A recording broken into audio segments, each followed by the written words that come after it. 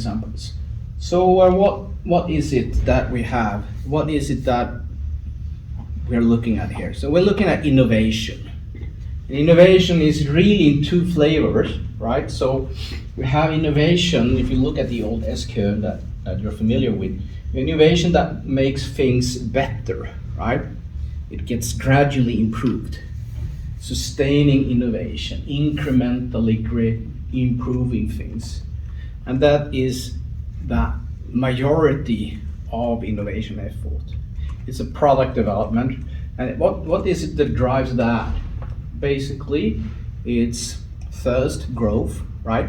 There's a lot of customers that hasn't bought this new product or service yet because it's new in the beginning. And then we have to innovate because competitors innovate. If we don't innovate, we will lose our business to them. So there's a pressure to improve. And over time, we spend time, or you can say that we spend money, we're reaching some boundaries. And there might be like leaps here. There might be repeated attempts to move on to better technology or so on. But at some point, we're going to have a flatter curve rather than a steeper curve. There's some examples of real curves. They look like this, but you cut the curves to pieces because you can end here. You never know, right? This is more of a principle curve. So what will happen sometimes is that something does something radically different. This is usually a new entrant to the industry. So a startup or a company that was active somewhere else starting to come in. And they do it with a new business model, perhaps a new technology. And they can do something that is radically better, a radically better value proposition. So it could be 10 times better, 10 times cheaper, or something like that. When we are in these two processes, we can work with methods to innovate. And we're going to take a look at some of them. Looking at the 7 maybe most well-known ones at the moment, I would say would be these ones. So it's outcome-driven innovation. It's with this guy Ulvik, very customer-focused, customer problems. We have the value model that we will work on quite a lot in this course. We have value proposition design. Maybe some of you have seen that because it's an extension of Osterwalder's business model framework. So it's like taking maybe the box in the center with the value proposition apart. How do you work with that? TRIZ, it's more of a product grounded package. It's really a whole movement around how to do engineering to make better products, I would say. It's a very big toolbox.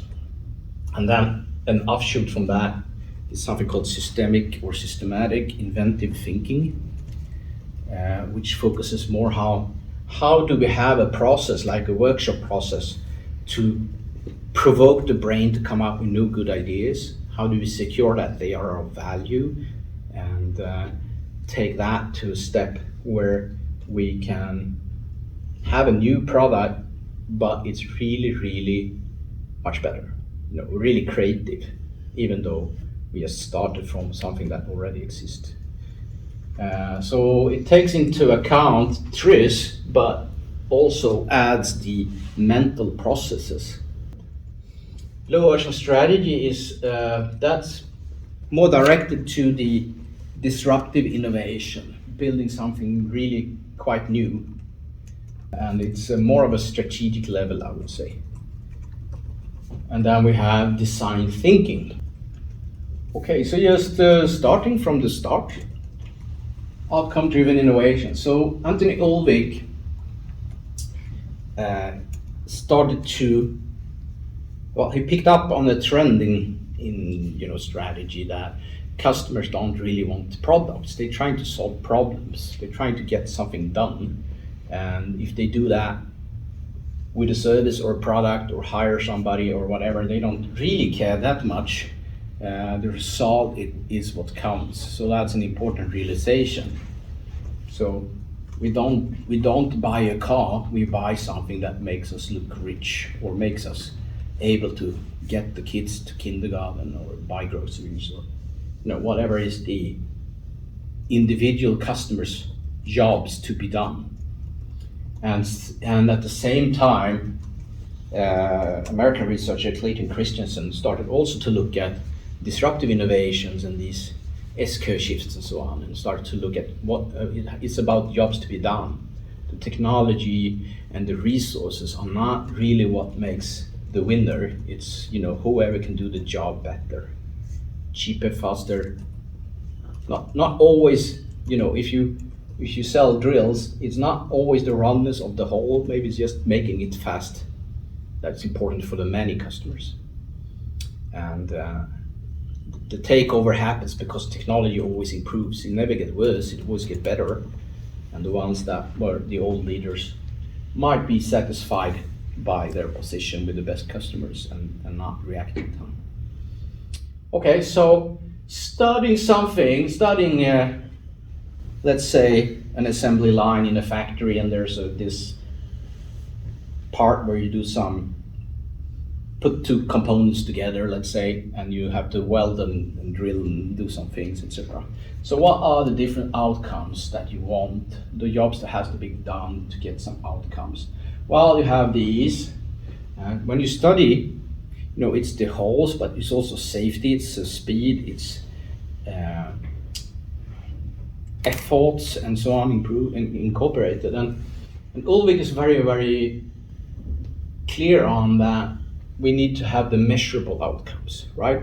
So speed you can measure, heat, time is speed, but costs, material used, all those things. So you measure that, and then you say, the way we do things today, we are satisfied with different aspects here to a certain degree.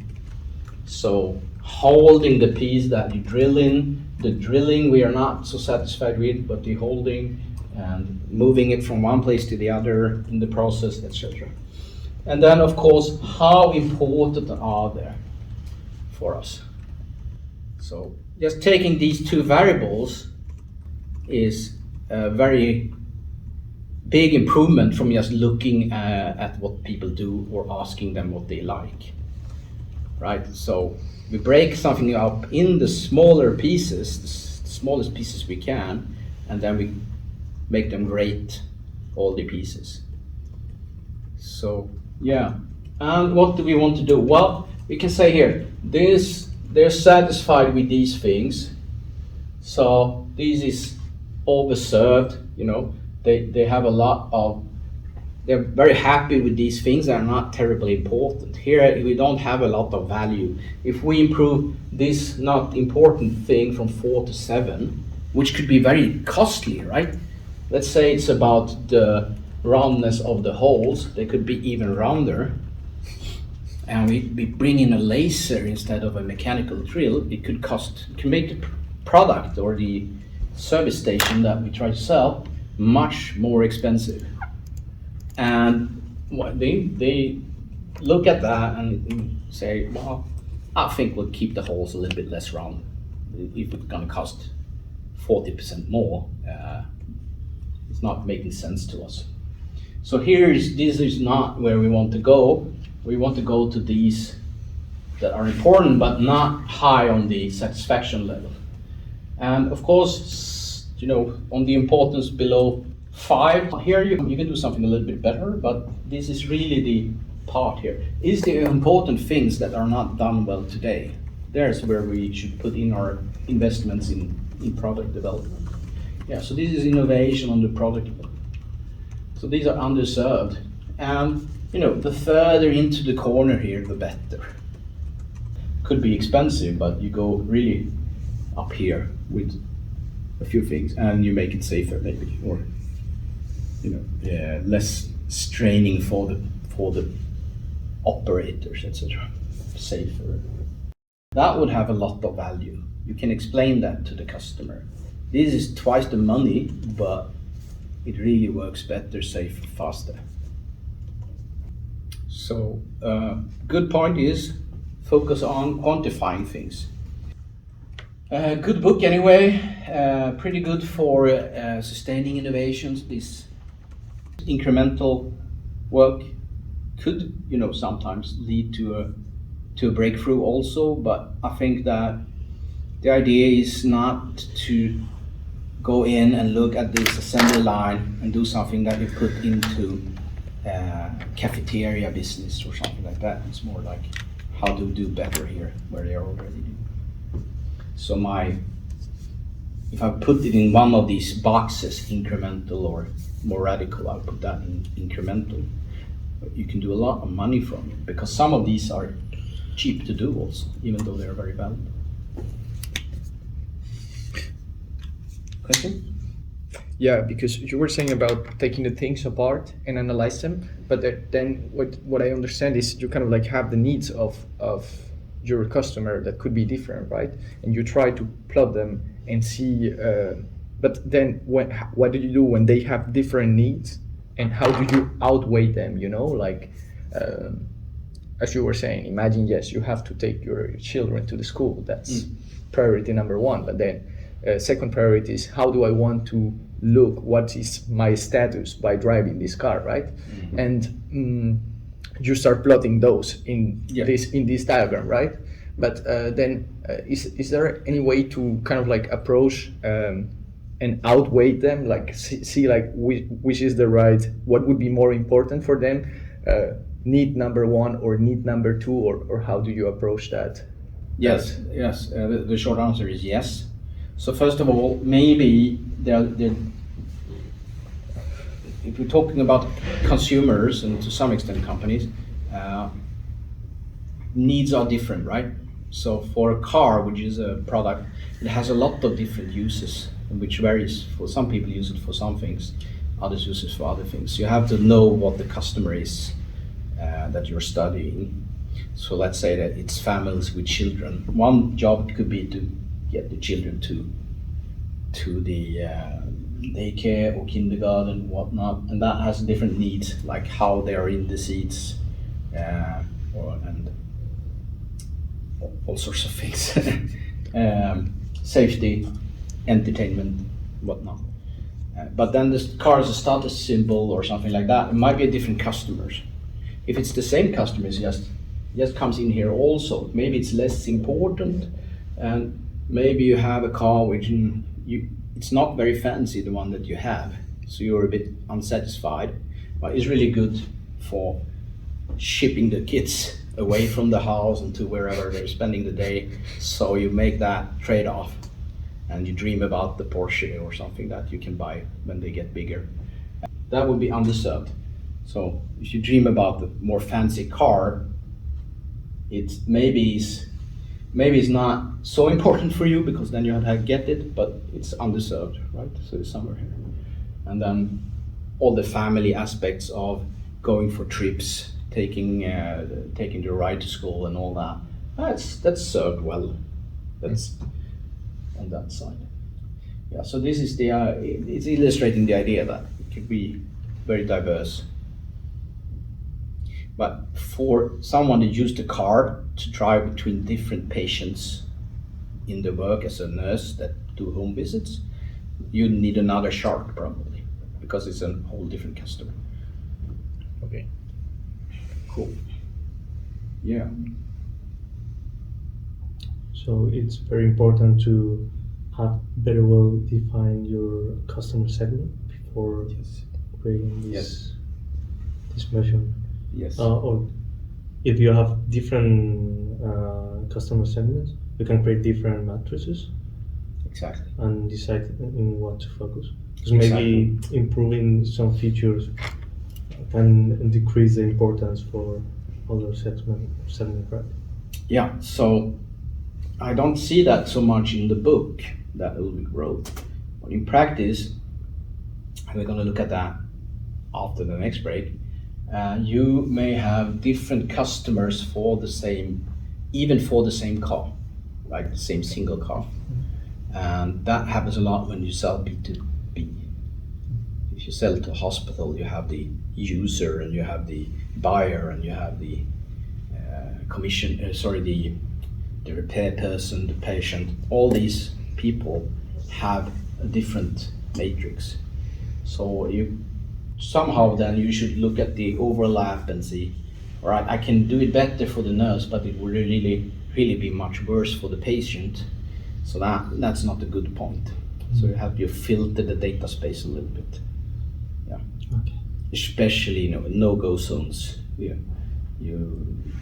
can't do something that jeopardizes patient safety or other constraints. Here's a canvas for this. So this is the follow-up book, and you can look at different jobs, right? And locate them and so on. So here you have refine it a little bit. So at the overserved, you can reduce costs on those or the complexity. Here you have these table stakes. You have to address them. So patient safety, it's satisfied, but you need to keep satisfying them. Otherwise, you'll not be able to bring something to the table. Right. And then underserved, these are important.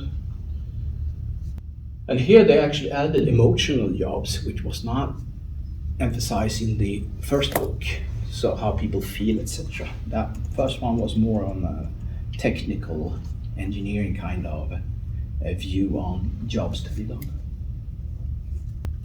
Right, next one is the value model. And it is similar in that it's really taking a deep dive into the life of the customer, but also quantifies things quite properly in the process.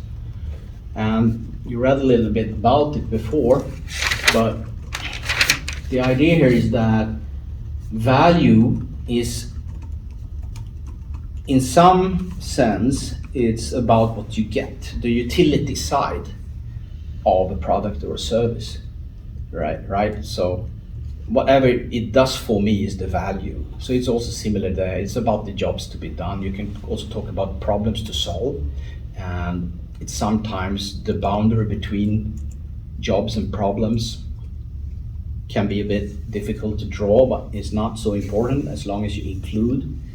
For example, I have a headache. I want to solve that problem by taking a pill, right? Or do I want to create the result of having no pain? Is it a pain or is it a gain? Sometimes it's easier, but sometimes it's a bit of a framing issue. The important thing is to put it in the list, so you get the value factor into the analysis. And then of course we have things that decrease value, which is forgotten in many of the other frameworks we're going to look at today. For jobs to be done, for example, framework that we had before, the outcome-driven innovation, is not so much emphasized.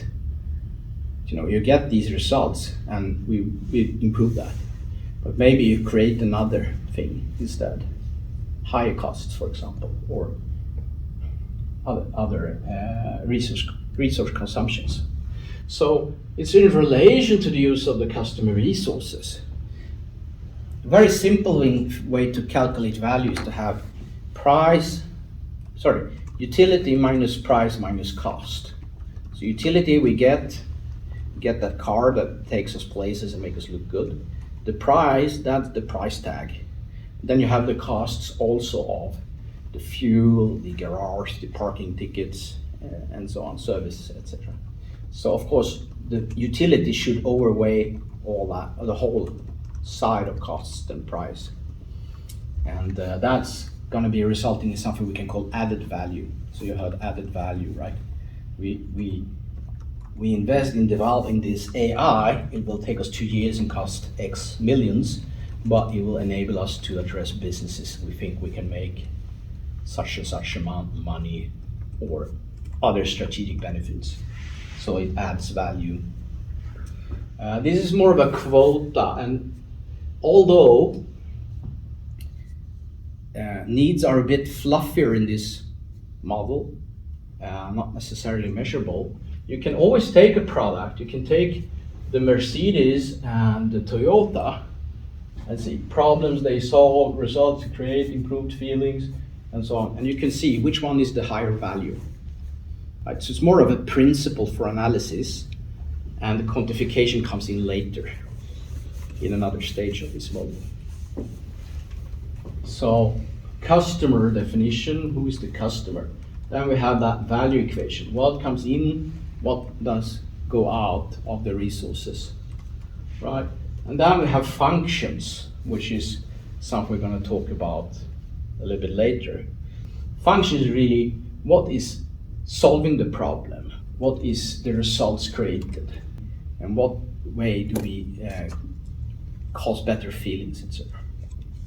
Solutions is more that level behind that. This is the technology in our product or service that delivers the functions that satisfies the needs. Then we have processes that we need to go through to make this happen, and the customer needs to go through certain activities. So you have to buy the car, you have to park it, you have to drive it, etc. But we can also look at our process and our business model and say, we have to, let's say we're a retailer, we have to import them, we have to ready them for use in traffic, register them, install and update softwares, and so on. And then we have to have the customer contact them, contracts, payment, all that. So, here is the costs quite a bit. Here's the internal world of the company, what we are doing actually. Here is the value, all the satisfaction and all the, achievement and change in the customer life, and in the bridge between these functions. So it's a very critical element of this innovation framework. What I like about it is it's very useful for engineers because it's extremely strict. All the elements in all these different information domains can be linked to each other in a nice structured way. It's making sense all the way through. It's well defined. It's front loaded. The analysis is front loaded in the process. It doesn't come after we tried things and they failed. Anyway, so the book is called also The Value Model, How to Master Product Development and Create Unrivaled Customer Value. And we can see that the business model is to perform activities that generate solutions that have functions that satisfy needs for the customer. But usually when we do the innovation process, we try to get here first as early as possible, so we know that we're actually doing the right thing for the right recipient. So it's not so great if we do here a lot of work and it turns out we're solving the wrong problem. Value proposition design, this one you might have seen. So this is a similar approach, and Osterwalder's team are pretty good at scanning the literature and the framework and so on, and bring in and distill some useful structure from it and package that. We can see here that we have the customer segment, right? So we have to identify that first, and then we can talk about gains and pains and jobs. So it's a little bit different way to slice up the cake, but it's the same cake, right? Different slicing.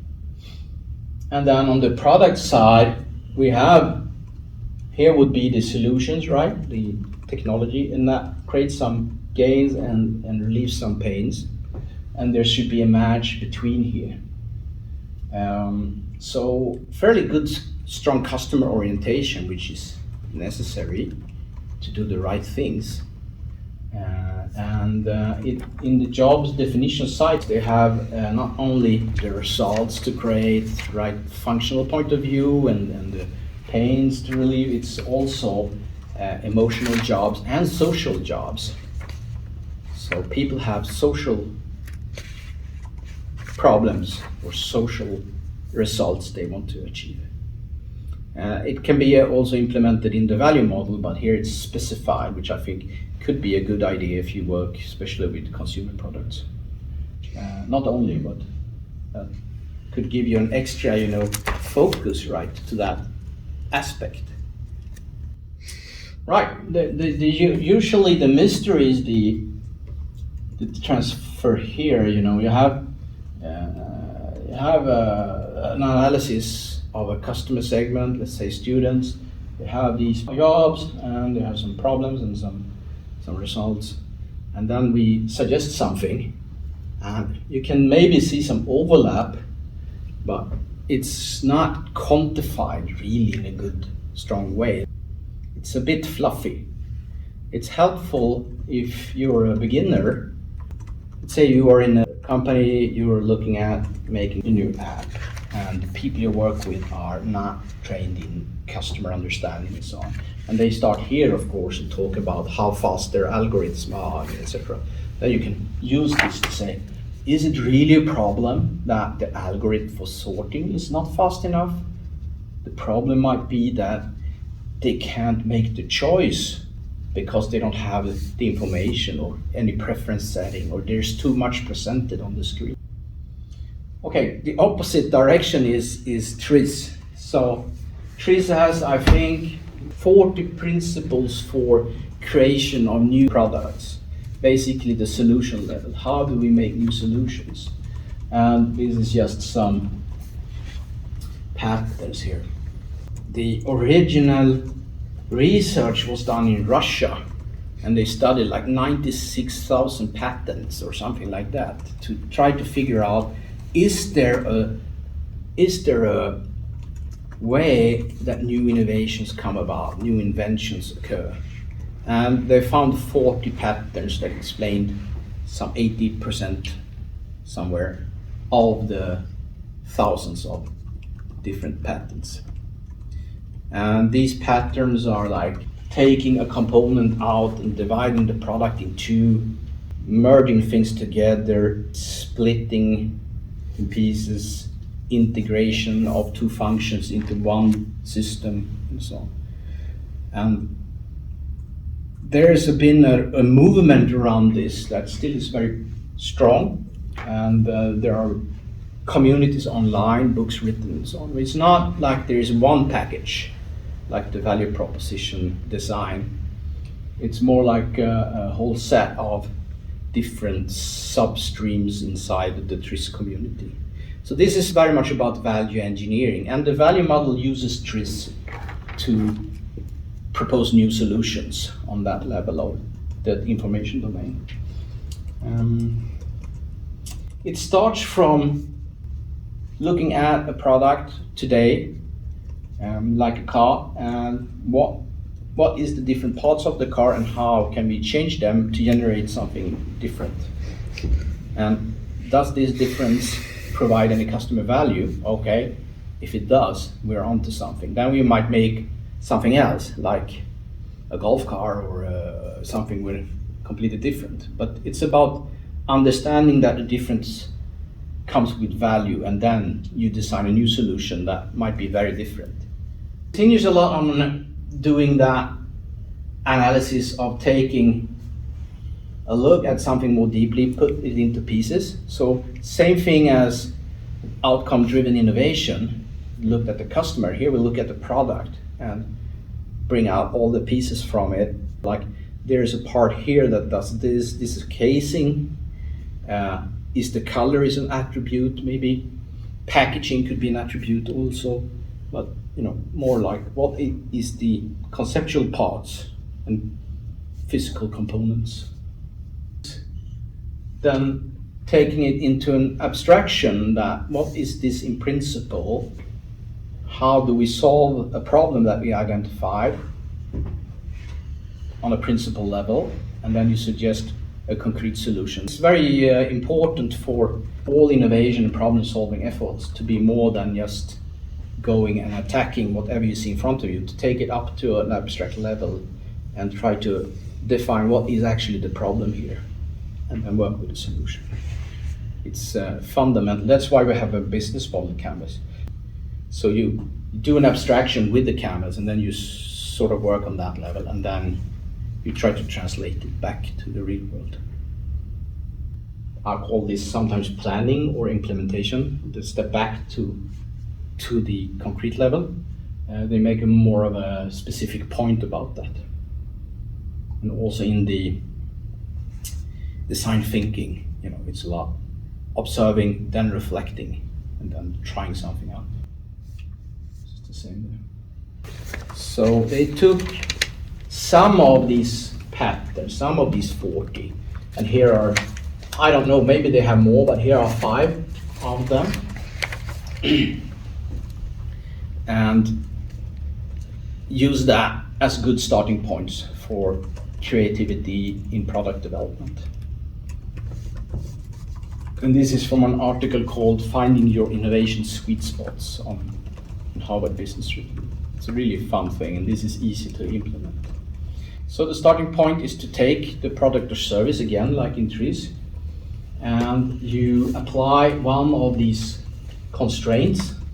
So basically what you find out when you work with creativity is that the brain is not good at creativity in open space.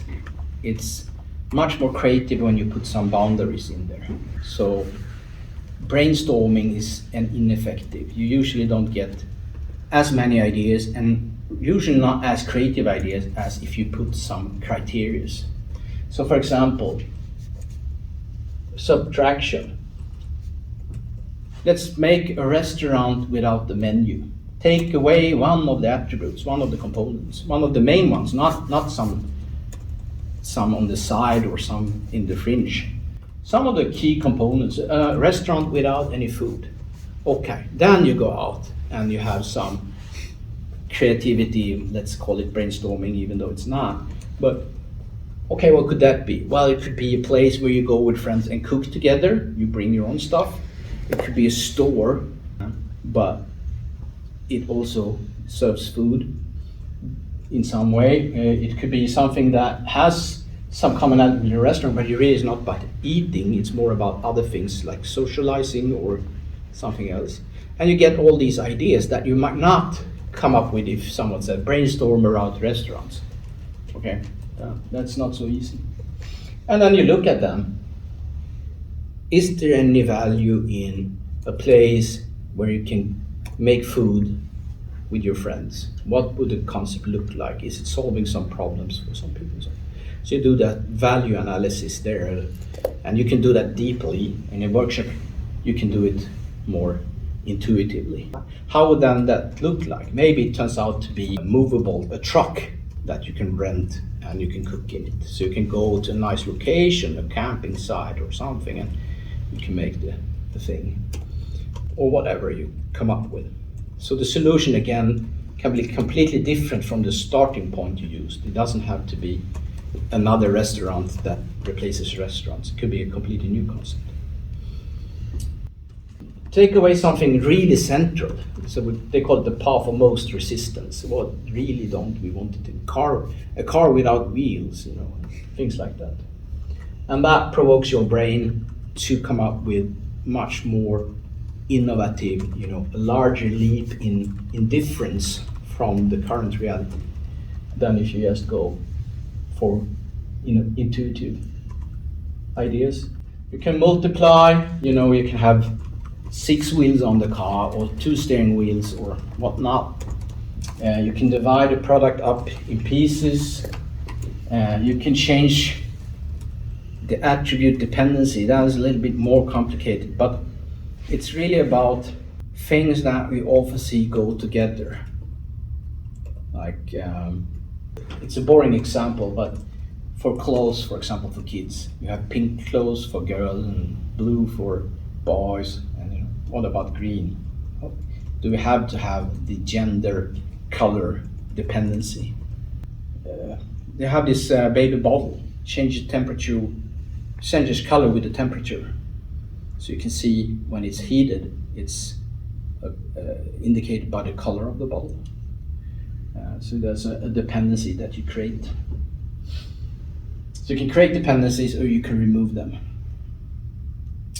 Task unification, that's more that you make one part of the product do more things, have more functions. So one thing that you might have noticed is that there is no antenna on cars nowadays. When I was a kid, all the cars had an antenna, like sticking up in the back or somewhere. And what they usually do now is that you have this filament in the back window, the rear window, that heats it to defrost it, and that uses also, they use also that as an antenna for the radio, so you don't have to have two metal thingies to do that. You can use the same one. Yeah, MacGyver uses available resources around him to build things from. So this is a good one to bring with you if you want to do workshops, but it can also be a backbone for innovation in a company.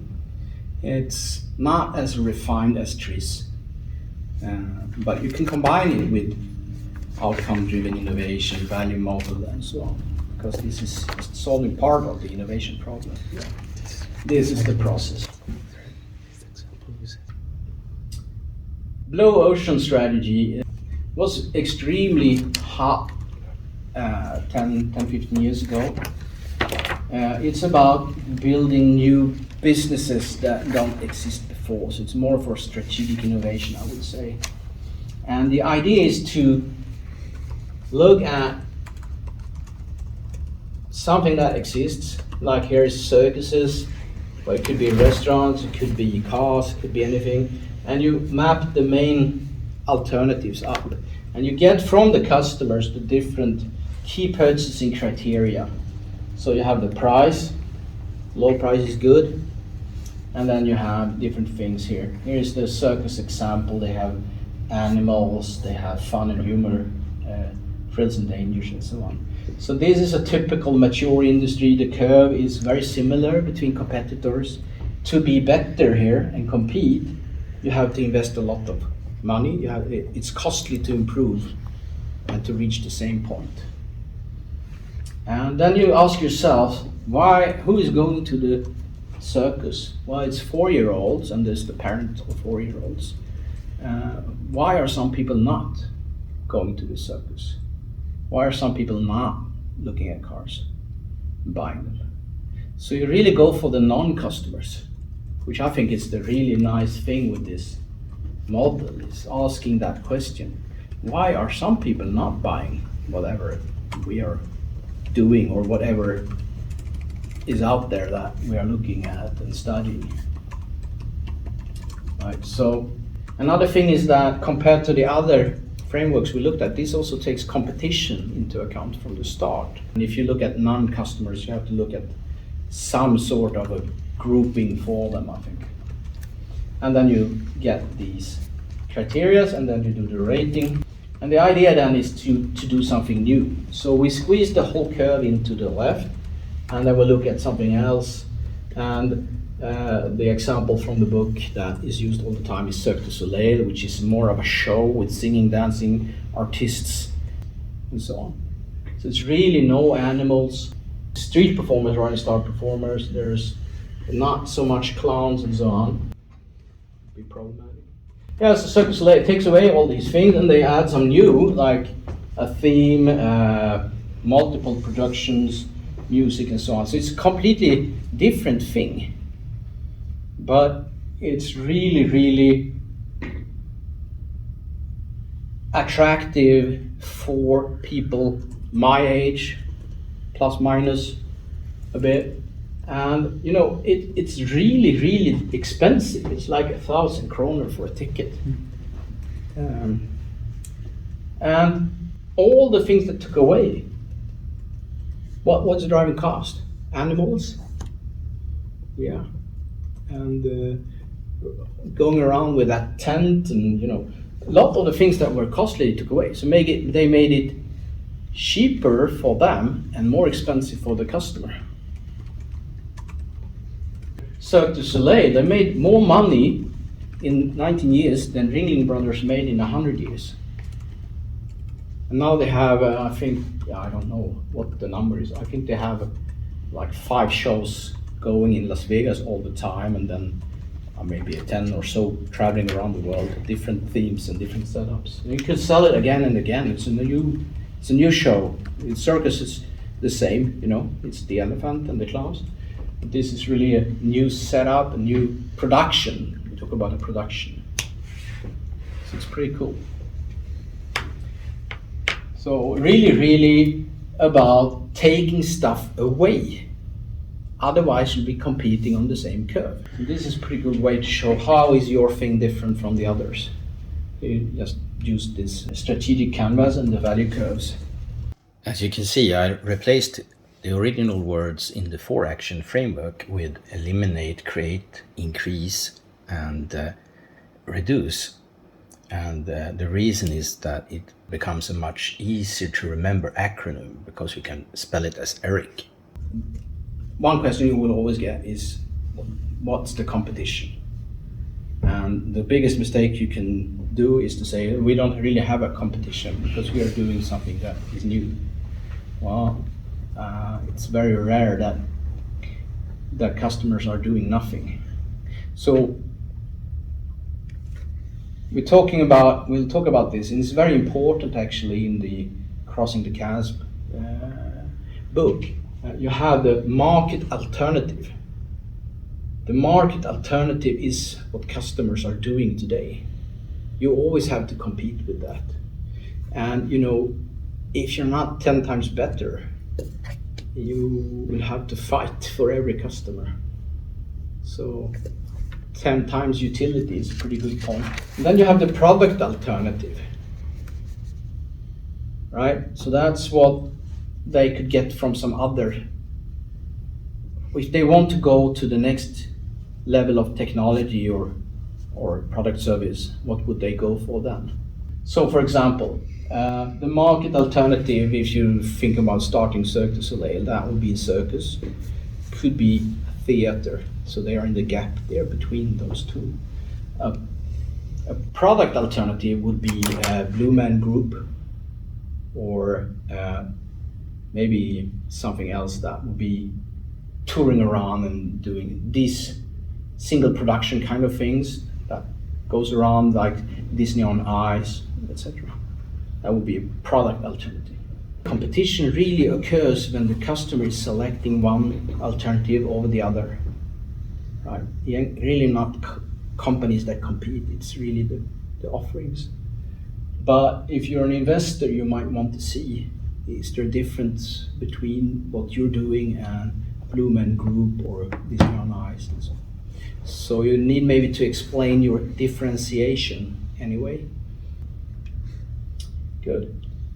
Design thinking, I think it's maybe the most overrated framework right now. Not that it's bad in any way, it's just that it's become so extremely hyped that people might go for it as the universal solution for innovation. So what is good? Well, there's a lot of good things. It's a high customer focus. It's really going into study the life of the customer and trying to figure out what is the problem here. Let's say if you look at you're trying to help dentists. What is happening when people come to the dentist? What are they thinking before they go there? How is it children react to this? Are they nervous and scared, or do they look forward to getting that present in the end? They don't get candy, of course, at the dentist, but they might get a little sticker or something. How is the process they go through from getting the invite or the booking to go there to coming to the place? What do they see? What information do they get? And so on. So it's really good in terms of looking at the current situation and finding problems and opportunities. Then it's often about redefining the problem. The customer or the commissioner might come and say, we want people to enjoy going to the dentist more. And they look at that and then they come up with a problem definition and might say, we want to remove the apprehension of having someone working in your mouth, or make it into an environment where you want to go because the atmosphere is enjoyable. And then they work in different phases, and a first phase might be very much to look broadly on what's happening and then converging on some kind of thing that you want to improve, and you do a specification of that. And then you go again, what are all sorts of different things we can do here? Having ideas on how to make the dentist visit more enjoyable or less scary is very brainstormy, let's say. So you need to have creative people that often work with innovations and design and so on to get a lot of good ideas in there. But you can also have a lot of less creative people, of course. But the idea here is to have many ideas to get good ideas, contrast to the systemic way, which is let's take away something critical to provoke the brain into think about this differently. So there's different approaches here. And then, of course, we'll put some new concept together and try that, and we evaluate how much better did this get. And then this is going around again and again to change and adapt and adjust until you get the good solution. So this is a prototyping. They prototype early and get a lot of feedback early. So I think it's a good process for doing the design of a new solution, maybe for doing the customer process of the new solution.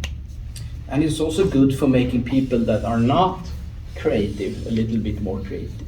And they will feel also happy about being so creative. What is problematic is that there is no analysis of value. So we don't know if we invest the money, how big the improvement will be, or we don't know if we will be able to charge the price that we need to charge. We don't know the costs that we're going to incur and so on. So it's not sufficient for product development. And this is my main concern, that people jump on design thinking and it doesn't include specifying exactly what the value is. Do we have functions here? How do our solutions perform on those functions compared to how other solutions perform on those functions? Can we perform better on the critical functions? And if we're not as good, is that some function is not so important or very costly to improve? Maybe we just go up to the same level as the competitor and try to be better at other things. And then the cost side, the process side, and all that. So you need to add that if you work with design thinking. So I'm going to emphasize that a little bit, because this is a process that often take you over, and you go in there and you get to work with the customer and you show them things and get feedback and so on. It's not the customer that decides what you're going to do.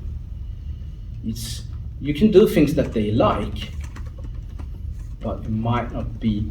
I don't know if this process created a lot of profitable, fast-growing businesses. I don't know any such business that came from design thinking. I know they've done a lot of good services that people like, better than the old, but I haven't seen any like a unicorn or something like that based on it. I think you can do it, but you probably need to do the engineering, the value engineering also under that level. Right, so just to finish up, here's some sort of an overview that I created, but we have the product-focused ones to the left and the customer-focused. I think maybe it's pretty good to be in the middle to cover both. You can be in the middle because you have nothing, but you can be in the middle because you have both the customer side and the solution side covered well. And then you have maybe Blue Ocean and so on. It's a couple of simple models that you work with. It's easy to understand, easy to put into workshop with people without them knowing a lot beforehand. If you go up value model, ODI and TRIZ, they are a little bit more demanding. I usually teach I usually teach more that kind of stuff to engineers. They have an analytical capability and can bring more complex and broader concepts together. If you want to do something right away, maybe somewhere else, or you just take a part out here, SIT, etc. And these links here, just that they are connected from how they came about. If you know them fairly well and we do some work, you can take apart. Let's say that you have a value proposition design and you say, I want to specify all the functions here and compare to a benchmark product, see how we perform. You can just take that part out and combine it. Okay. But there's no guide for doing that. It's more that you have to have the knowledge as of now. And which is the most successful method here? It depends on what you want to do. Value model, I think, has been really, really great if you go to big company like Atlas Copco or Volvo or something, and you really get the structure and discipline and a lot of data of relevance in the whole process. If you want to do a startup, maybe you don't have an idea yet about what the customer is, or maybe that is a very long way to start defining what you want to do. Maybe you want to do something like this first, and then when you find somewhere that, all right, this idea sticks with these customers and I think we're going to be able to create something that's profitable, you can apply the more sophisticated or detailed framework to really get it, or a high likelihood of success. Okay. Yeah. So, established firms. And this, I think, Blue Ocean, I know that established firms used it, but most of the examples, I think, are from new firms, new activities. So it's also a bit backwards engineered. I don't think Cirque du Soleil draw the canvases and so on. So it's like they interpreted some successful things and described it as a model. But we don't know how many that tried to do it and failed, because that's not included in this study. So it's a tool, but it's not guaranteed for success in any way.